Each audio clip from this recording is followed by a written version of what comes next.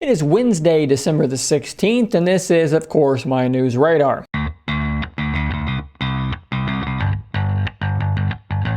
So let's start off by talking about what has to be the biggest news story of the day, and that is that TikTok gets full-on dual screen support for the Surface Duo. I mean, finally, I'm sure I'm preaching to the choir here, as they say, but thank God TikTok is finally here. Now, obviously, I'm being just a little bit sarcastic, but it's actually pretty cool to see that TikTok has been updated, and it works pretty well. I actually tweeted a video here that shows it, and as you can see in this video, when you go to the split screen, the span mode there you get, your TikTok plan on the left and your UI on the right. There is some weirdness going on there in the sense that at certain times, and I would select certain things, it would actually the app would actually just flip to vertical mode, and it would just be spanned across the crease. So it would want you to rotate it around. So that's a little bit finicky. So it's definitely not fully there yet, but it's cool to see an app as big as TikTok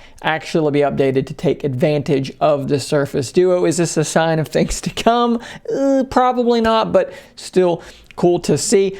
Another Surface Duo related story that is more serious and more interesting to, I think, you guys, is that Surface Duo is finally coming soon to Canada, the UK, France, and Germany. Now, we don't have an exact date. I can't tell you the exact date when this is coming, but it is coming soon. Now, this comes straight from a blog post by Windows saying, "We're pleased to share that in early 2021 we'll be offering Surface Duo in the aforementioned countries." In this blog post, they talk about enhancements to Teams coming. They talk about being in Time's best inventions. They also mention the TikTok update, which is, again, cool for a lot of people. I think the biggest thing there is that they will be expanding to these other countries. I know a lot of you guys in the comments have asked me many, many times what I know about this, and unfortunately, I don't have much to share. But it is coming soon. I expect after that, we should probably expect a little bit after that, maybe we're going to see some other countries like Australia maybe get some love there as well. How many of you guys have been waiting on this news before they could pull the trigger to buy a Surface Duo of their own? Let me know down there in the comments. How about some slightly crappier news? If you are a PC gamer and you've had Xbox Game Pass, you might have been noticing that EA Play thing I've talked about a lot just hasn't popped up. You've not been able to play Madden for free on your PC. Well, unfortunately, the EA Play integration to Game Pass has been delayed until early next year. They talk about how basically, look, they were ready to make this blog post to say it's out, and instead the statement says it's actually not coming until early next year. It looks as though, look, obviously this isn't a contractual problem because it's already functional on the Xbox. It seems to be more of a back-end issue, something to do with how, the games on PC for EA run through Origin, and now they're going to have to move over to Microsoft's Xbox stuff. There must be some issue there going on that's keeping this from being a super smooth transition to Game Pass.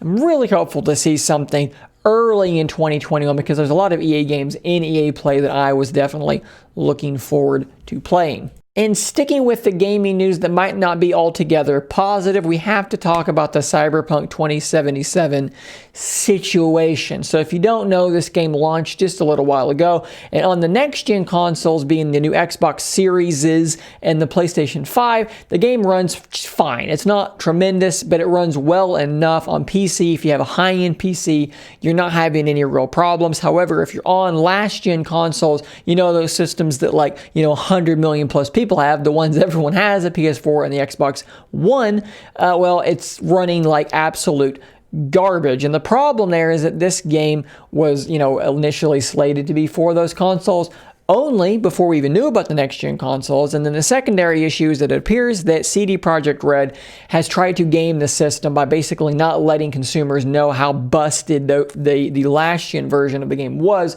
before it hit the market. There's an article here at windowscentral.com with the headline, "With Cyberpunk 2077's review restrictions, CD Projekt Red played the system. Any other conclusion is hard to believe," and I'm going to have to agree with Brendan Lowry on that one. Now, he talks about here in this second paragraph, he says, for PC players, that their own reviewer labeled the game as a contender for one of the best games ever made.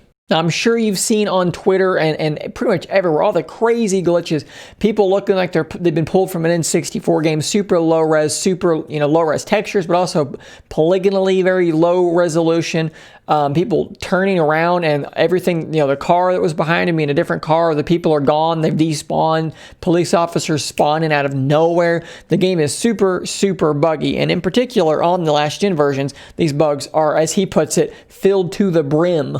Now, he talks about here a little bit later on the thing that I think is really troubling. So with the reviews, typically what happens if you're, going to get your game reviewed, you send, a key to access the game to the reviewers, and you're going to send it to them on whatever platforms are relevant. So in this instance, PC, PS5, Xbox Series, Xbox One, and PS4 should have all had codes out. Well, unfortunately, the only codes that were given out were the PC version. That's the best version of the game, and it's not even really close. So they've already hidden the fact that the console versions are significantly worse than the PC version of the game. That's a problem because once the embargo is lifted, the game's out, people are buying the game. They don't know that the console versions are super duper busted. Another problem is that the footage in the reviewers were not even allowed to use footage that they captured. So any bugs that they did see, they couldn't show you. They could tell you, but they couldn't even show you the bugs. He says here, unlike the developers from other multi-platform titles that typically provide outlets with review codes for all platforms before launch, CD Projekt Red chose to limit review copies of the game to the PC platform, the version of the game that by far runs and looks the best.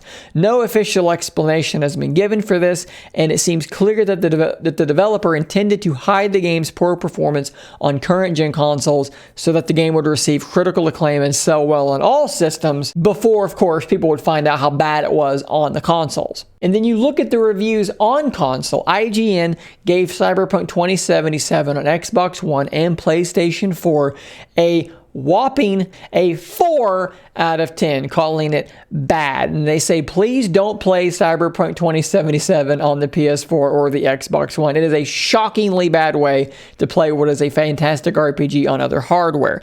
The verdict here, if your only option right now is playing Cyberpunk 2077 on either of these base console platforms, I highly suggest you don't play it at all until its many terrible performance issues are fixed. And if you've already bought it and had an experience similar to what I've described, you should absolutely get a refund if possible. And what's cool is that people are getting refunded for this game. Can you remember a game in recent memory that came out so broken?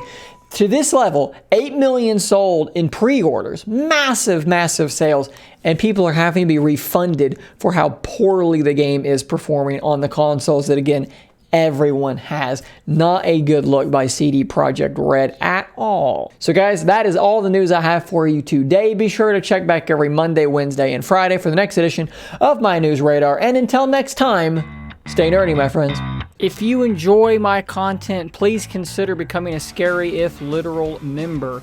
You'll get access to a whole bunch of emoticons to use with live streams and a shout out on an upcoming video. Thanks as always for your continued support.